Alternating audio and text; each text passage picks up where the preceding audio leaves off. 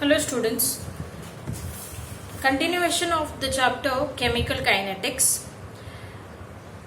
A quick revision about what we have discussed till now. In chemical kinetics we have seen first is what do we understand by the term chemical kinetics, what is an importance to know the chemical kinetics, what are various ways in understanding the chemical kinetics. There we have seen to find out the rate of reaction. There are two possible methods. One is by the definition of the rate of reaction, and second, as we discussed in the last lecture, by rate law. Based on both of this, we have done few of the general examples and few of the problems or questions from the exercise. Let us continue further with the chapter. In this lecture, we are going to deal with a new topic called as order of the reaction. Now, for understanding the concept order of the reaction, let us consider a general reaction. A moles of A combining with B moles of B so as to give you C moles of C plus D moles of D. For this given reaction, according to rate law, rate is proportional to the concentration of reactants with their exponents factor. So, if I remove the proportionality sign, I can write it as rate is equals to K, concentration of A raised to the power X into concentration of B raised to the power Y, where I hope we remember this X and Y are not our stoichiometric coefficients. This is experimentally determined value. Now, for this given reaction, if I have to find out overall order of the reaction, then I simply have to sum up the exponents, that is X plus Y. So, it is simply telling us what is order of the reaction. It is the sum of the powers or exponents of the concentration terms in the rate law expression.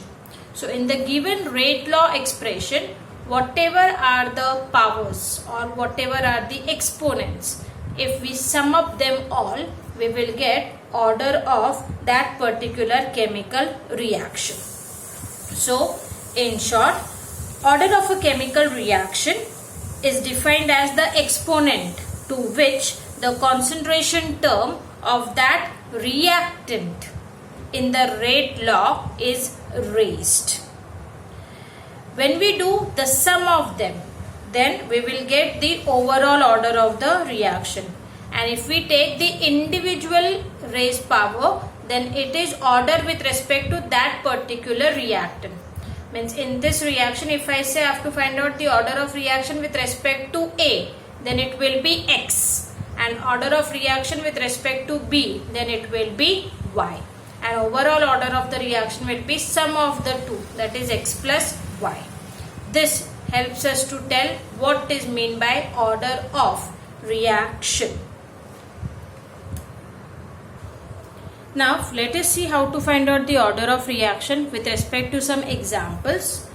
The first reaction here I have explained, that is the decomposition of hydrogen peroxide gas. So, if you can see in the reaction, 2 moles of hydrogen peroxide gas gives us 2 moles of water plus 1 mole of oxygen. Now, based on this reaction, we could not find out the order. For the order, we need to know its rate law expression. So, for this reaction, the rate law expression says that rate is equals to K, concentration of H2O2. Now, here nothing means the power is 1. It means this given reaction's order is 1. Means the reaction is of first order. I repeat again, need not compulsory the stoichiometric coefficient gives you the order. For finding out the order, we need not know only the reaction, but along with that we need to know the rate law expression. In that rate law expression, whatever are the exponents raised to the concentration of reactants will be your order of the reaction. So, this given example is first order reaction. Let us pay attention to the next example, where it is a combination reaction. Hydrogen gas combines with iodine gas to give us 2 hydrogen iodide gas. 2 molecules of hydrogen iodide gas. According to this reaction, based on the experimental theory, we get rate is equals to K concentration of H2 raised to the power 1 into concentration of I2 raised to the power 1. So, if I have to first find out the reactions order with respect to each reactant, then they both are individually raised with the power 1. So, the reaction is of first order in hydrogen and iodine each, means in respect to hydrogen and iodine each. And if they ask me to find out the overall order of the reaction, then it will be sum of the two.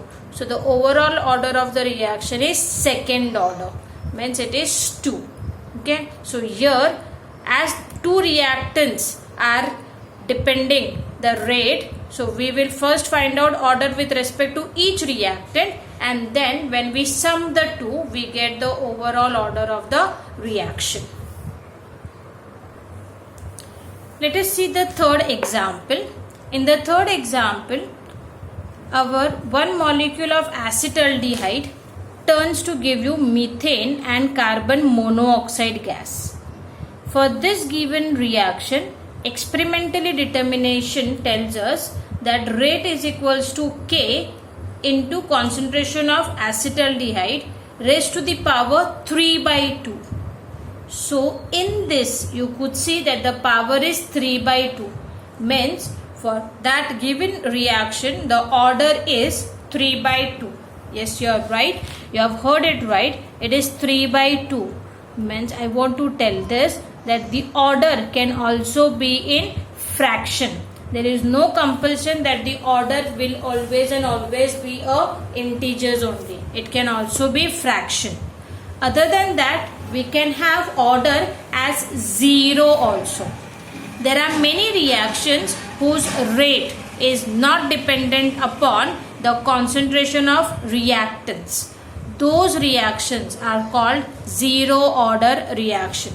For example, if we write down formation of HCl by using hydrogen and chlorine gas, then this reaction takes place in presence of sunlight.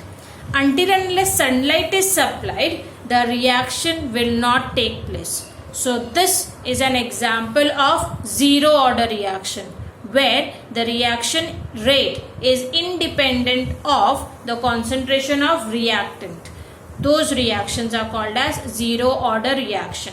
So order can be 0, can be integers, or it can also be in fractions. So once we understood what is order of the reaction and how to find order of the reaction, let us pay attention on some key points about the order of reaction. Now, the key points of order of reactions are: the first thing, it represents the number of atoms, ions or molecules whose concentration influence the rate of the reaction. Means anything which is affecting the rate of reaction. That can be molecules, that can be ions, or it can also be atoms. They are responsible for giving us order of the reaction. Second point, it is not related to the stoichiometric equations of the reaction. Hence, it cannot be predicted from stoichiometric balanced reaction. As I mentioned, need not compulsory, whatever is the stoichiometric coefficient, that will only be the order of reaction. There is no correlation between the two. The third point is, it is experimentally determined quantity. Why is it experimentally determined quantity?